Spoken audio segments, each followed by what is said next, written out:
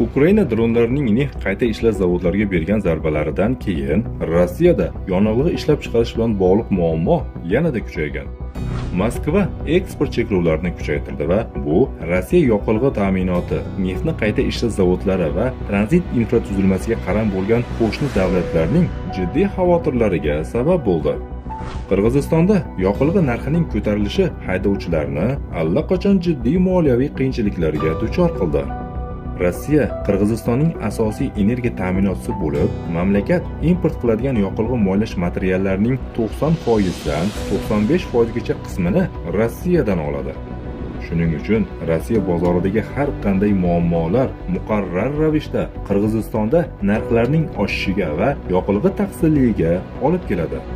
Tojikiston ham bu borada juda zaif. O'zbekiston so'nggi yillarda Rossiya yoqilg'isiga qaramlilikni sezilarli darajada kamaytirdi. Zarur bo'lganda O'zbekiston neft mahsulotlarini, xususan neft va tayyor yoqilg'ini Rossiyadan tashqari bir qator xorijiy davlatlardan ham xarid qiladi. Mamlakat energiya xavfsizligini ta'minlash maqsadida birgina Rossiya bozoriga bog'lanib qolmaslikka harakat qiladi va import manbalarini diversifikatsiya qiladi. Qozog'iston yirik neft ishlab chiqaruvchisi bo'lib, o'zining neftni qayta ishlash zavodlariga ega. Rossiyaning o'zi endi Qozog'istondan yordamga muhtoj bo'lishi mumkin.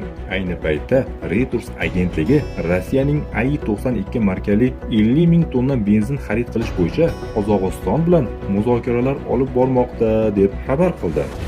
Bugungi kunda davlatlarning geosiyosiy va iqtisodiy mustaqilligi aynan energetik xavfsizlikka bevosita bog'liq. Energiya resurslariga qaramlilik milliy manfaatlarni himoya qilishda eng nozik va strategik nuqta hisoblanadi. Chunki bu sohadagi har qanday muammo jiddiy iqtisodiy yo'qotishlarga olib keladi va iqtisodiyotning barcha sohalariga ta'sir qiladi.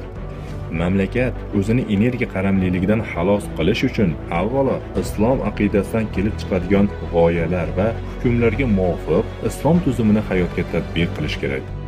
Islom bu tuzumni joriy etishni o'z fuqarolari va davlat manfaatlarini himoya qilishga mas'ul bo'lgan xalifalik davlatiga yuklagan. Islom ummati na qazilma resurslarga va na yangi ishga tushiriladigan energiya manbalariga muhtoj. Chunki olamlarning Robbisi musulmon yerlarga bu ne'matlarni mo'l-ko'l ato etgan. Ammo ummatga boshchilik qilayotgan bugungi hukmdorlar bu resurslarni boshqarishga, tashqi siyosatda bu kuchdan to'liq foydalanishga qodir emaslar.